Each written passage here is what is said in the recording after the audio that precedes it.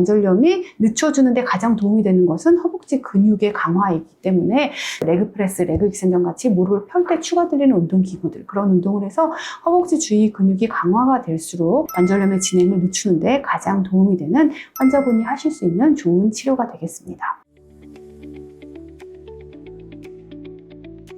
안녕하세요. 두발로병원 이정아입니다.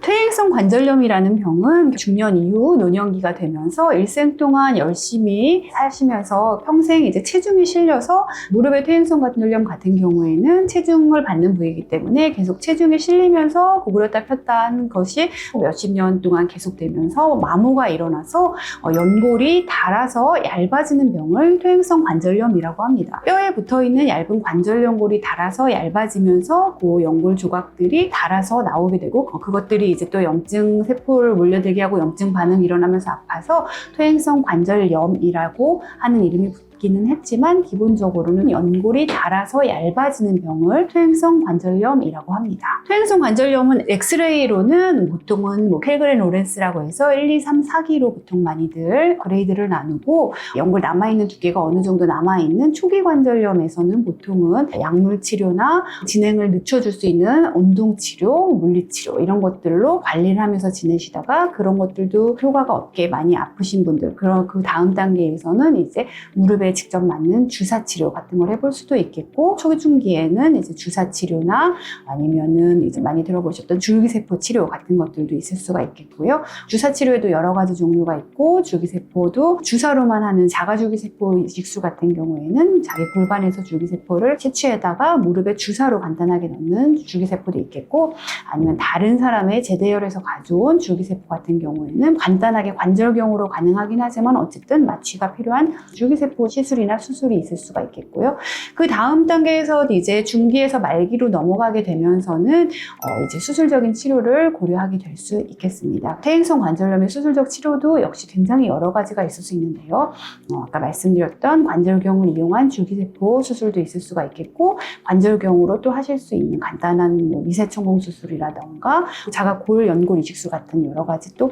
관절염에 대한 관절경 수술들이 있을 수가 있겠고, 또 이제 우리나라 분들은 워낙에 퇴행성 관절염이 내측에 많이 진행하면서, 그리고 원래 선천적으로도 오다리가 많으면서 오다리가 있으신 분들은 체중이 내측에만 많이 실리게 되고, 내측에 체중이 많이 실리면 내측 관절염이 빨리 진행을 하고, 또 내측 관절염이 진행을 하면 오다리 정도가 점점 더 심해지기 때문에 관절염의 진행의 원인이 되는 오다리를 교정해주는 근위경골 절골 수술이라고 하는 절골 수술 같은 수술도 있을 수 있겠고, 그런 수술을 해서도 계속해서 관절염이 진행하고 결국은 사기 말기가 되면은 그리고 나이가 어느 정도 있으신 분들의 퇴행성 관절염 말기에는 결국은 인공으로 관절을 치환해주는 반치환술이든 전치환술이든 각각의 인공관절 수술까지 진행하게 되는 이런 것들이 이제 기본적인 단계별의 퇴행성 관절염의 치료가 되겠습니다.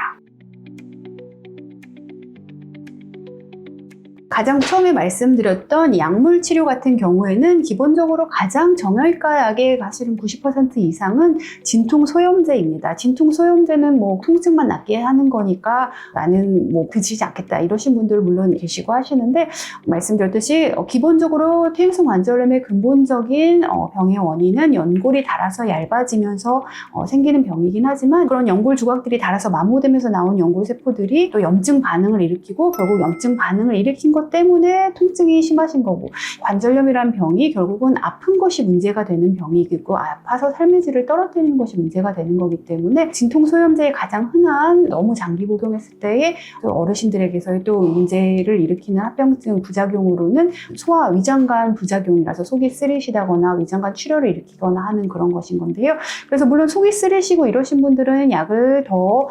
위장관에 부작용을 일으키지 않는 약으로 바꾸거나 하실 필요가 있긴 하겠지만, 그렇지 않고 속이 안 쓰리신 부작용이 없으신 분들에게서는 관절염이라는 게 염증 반응에 의해서 통증이 악화되고 통증이 문제이신 것도 있고, 그리고 또 염증 반응이 일어나면서 그거 자체가 또 연골을 더 닳게 만드는 것을 관절염을 진행시키는 부분이 있을 수가 있기 때문에, 속이 쓰리신 부작용이 없으신 분들은 약을 드셔서 염증을 가라앉히고 하는 것이 어떤 면에서는 진행을 늦춰주고 치료적인 효과가 있는 것이기 때문에, 진통소염제도 부작용이 없는 이상은 절대 안 드시기 아프시겠다 하실 필요는 없으시고, 물론 하나도 안 아픈데 뭐 예방적으로 드실 약은 전혀 아니긴 하시지만 가장 기본적인 정형외과 약, 관절염 약이라고 흔히들 알려져 있는 진통소염제와 진통소염제 부작용을 예방하기 위해서 위장관 보호제, 진통소염제, 이렇게가 가장 기본적으로 처음에 많이 처방하는 관절염 약이 되겠고요. 또 이제 똑같은 정도의 관절염이 있어도, 관절염이 거의 노인들에게 있으시기 때문에 똑같은 정도의 관절염이 있어도 요즘 또 많이 있는 노인 우울증이 있으시면은 똑같은 관절염 통증을 굉장히 심한 통증으로 느끼는 경우가 있기 때문에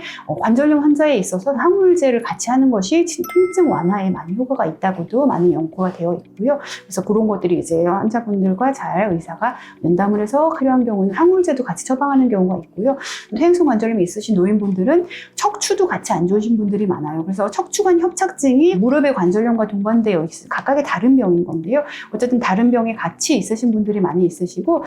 척추관 협착증은 허리도 같이 아프실 수 있지만 허리가 아픈 병이라기보다는 허리에서 원인이 있지만 하지 방사통이라고 해서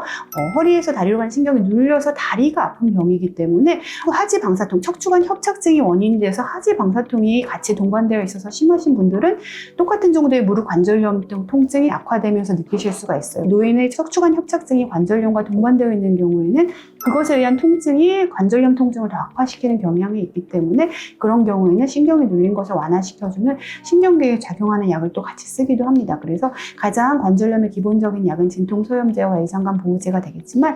그런 것들이 같이 동반되어 있는 경우에는 그런 약을 잘 쓰면 가장 통증 없이 삶의 질을 증가시켜 줄 수 있는 그런 약물 치료가 되겠습니다.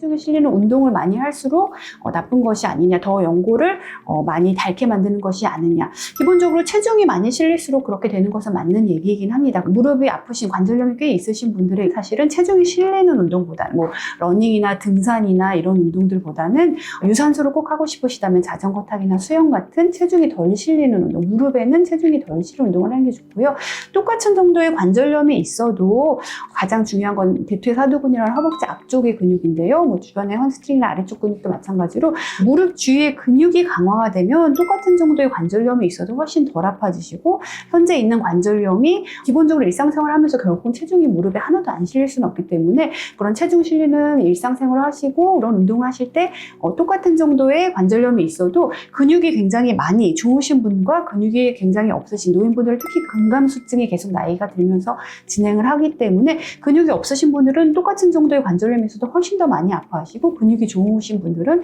똑같은 정도의 관절염에서 훨씬 덜 아파하시고, 그리고 현재의 관절염이 늦춰주는데 가장 도움이 되는 것은 허벅지 근육의 강화이기 때문에 결국은 허벅지 근육은 강화시킬수록 좋고 체중은 줄일수록 좋은 것이 무릎의 퇴행성 관절염 환자분들에게 굉장히 권유하는 바이기 때문에 근육을 키워주는 가장 좋은 것은 헬스장 같은 데를 다니시면 대퇴사두근 강화 운동들이 있어요. 이제 레그프레스, 레그 익스텐션 같이 무릎을 펼 때 추가되는 운동 기구들, 그런 운동을 해서 허벅지 주위 근육이 강화가 될수록 똑같은 정도의 관절염이 있어도 훨씬 덜 아프고 관절염의 진행을 늦추는데 가장 도움이 되는 환자분이 하실 수 있는 좋은 치료가 되겠습니다. 원장님 오늘 말씀 감사드립니다. 감사합니다.